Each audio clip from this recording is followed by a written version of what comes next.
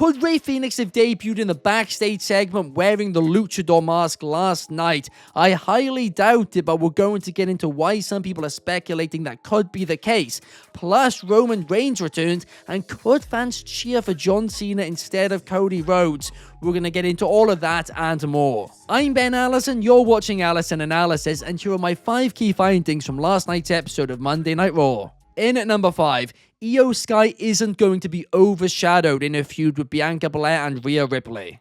First things first, Iyo Sky getting "You Deserve It" chants in the most famous arena in the world, Madison Square Garden, was absolutely brilliant. I've been watching her since I think about 2016, and from the first time I saw her, I literally said she's the best women's wrestler in the world, and has since proved that to be true. And I am so excited for this, presumably a triple threat match at WrestleMania between Iyo Sky, Rhea Ripley, and Bianca Belair. It is going to be an absolute banger. But when you have 2 big personalities like a Rhea Ripley and a Bianca Belair, you risk the third person being overshadowed. But last night, Iyo Sky made it crystal clear that that will not happen. She got pushed back by both, and she wasn't having any of it. She slapped them both, and that slap to Bianca Belair was absolutely brutal. You could tell it connected well, and Bianca was a little bit rocked from it, but it was excellent. So not only am I excited for their match at WrestleMania in 4 or 5 weeks time,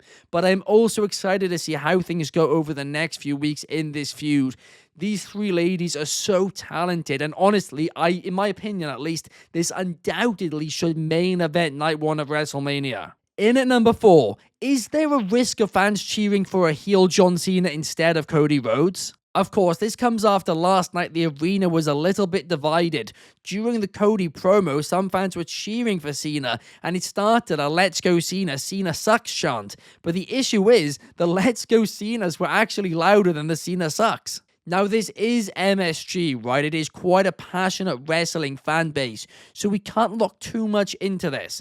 But here is the issue. Over the next few weeks, we're going to have Raw in Europe, and those fans are also going to be extremely passionate. So if in the lead up to Mania, basically every week they end up cheering for Cena instead of Cody, well, casual fans could potentially follow. Now, the solution here is quite easy. Cena just has to do some things to make fans boo him, and I'm sure he will.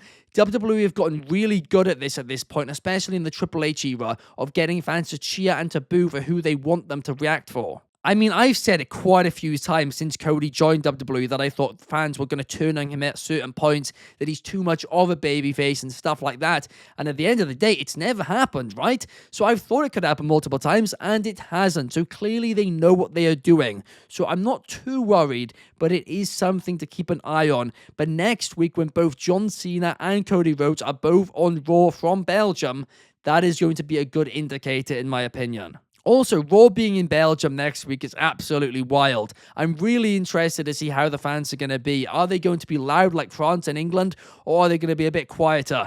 I imagine loud, and I am really excited for it. In at number 3, Seth Rollins versus CM Punk was absolutely fantastic, but it had too many kickouts. Seth Rollins kicked out of 3 GTSs, a few elbows, and a stomp. I mean, come on, that is a little bit overkill, surely. I mean, I don't want to say that it made the GTS look weak, but it did make the GTS look a bit weak. And just saying that, I sound like some wrestling old-timer right now, and I hate it.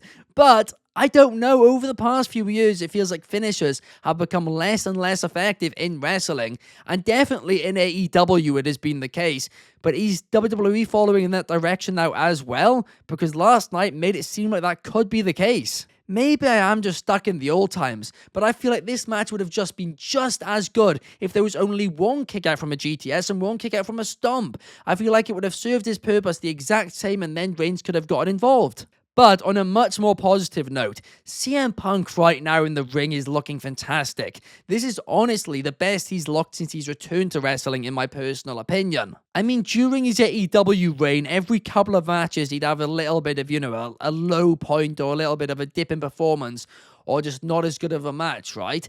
But the last year in WWE, he has been absolutely killing it. I'm guessing it's because he's working less matches and they are very much going by a CM Punk style pace. He is controlling the pace of the match, he's dictating the pace of the match, and they're also giving him points to take a little bit of a breather during it if he needs one. But I'm so glad that CM Punk is back at his best right now, and let's appreciate it. But before we get into the top 2 key findings, if you guys could like and subscribe, that would be massively appreciated, as well as commenting your thoughts down below. Here at Wrestling Republic, we create between 5 to 10 free videos every single week, and in addition to that, we do a live daily stream every single day at 8 PM UK time, 4 PM Eastern, and 1 PM Pacific. Usually it's 3 Eastern, 12 Pacific, but right now the American clocks have changed, it's messed up everything, so until the end of the month, it's 4 Eastern, 1 Pacific. Thank you guys. In at number 2, could Rey Fenix be the one under the American-made luchador mask?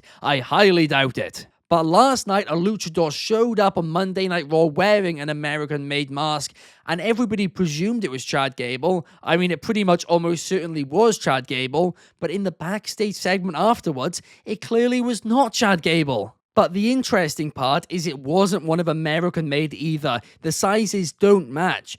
But this guy did look in the background a lot like Rey Fenix. But was it him? I highly doubt it. Why would they debut him like this? I can't really get my head around it. It feels like something from a SmackDown vs. Raw storyline. But hey, anything's possible, and some people are convinced.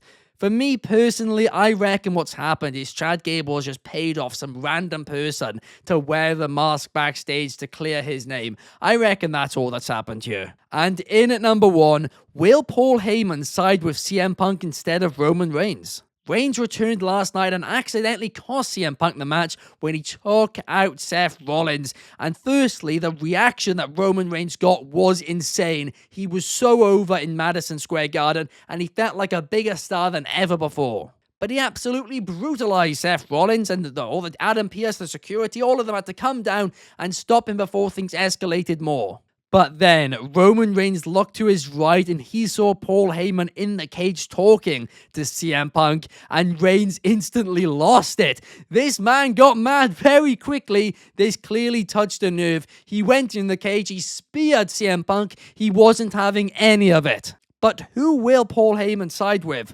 After all, he is the wise man to Roman Reigns, but he has had decades long of connections with CM Punk. Plus, we all know about that favor. Heyman owes Punk something, and what is that something? We still don't know. This storyline is going to be a blast. I'm so excited for it, and I can't remember the last time that we saw a non-title triple threat feud as high profiled as this. But the one thing I will say is this should be a 4-way feud, because Drew McIntyre has to be involved in this. I know he's not going to be now. He's going to face Damian Priest instead, but he should be involved. He has been feuding with all 3 men for the past 18 months. This makes just too much sense for him not to be involved. I mean, he's also, to an extent, the glue which brings all 3 of these men together, right? He is the thing that relit the tensions between all 3 of them. And I know I'm saying it every week, every episode. I will shut up about it now, or maybe I won't. I don't know. But I feel like WWE have taken a huge L here, not including Drew McIntyre. But overall, last night's episode of Monday Night Raw was an absolute blast. I will say I did think it was a little too celebrity heavy in the first hour, right? It did feel like we were just being shown celebrities every other minute.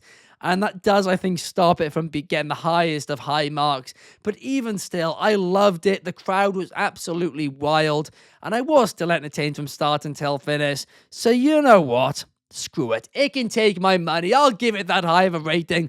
Really fun show. Was a banger to watch. But what did you guys think of it? Let me know in the comments down below, and I will be replying to them. Thank you so much for watching, and I will see you in the next one. Peace!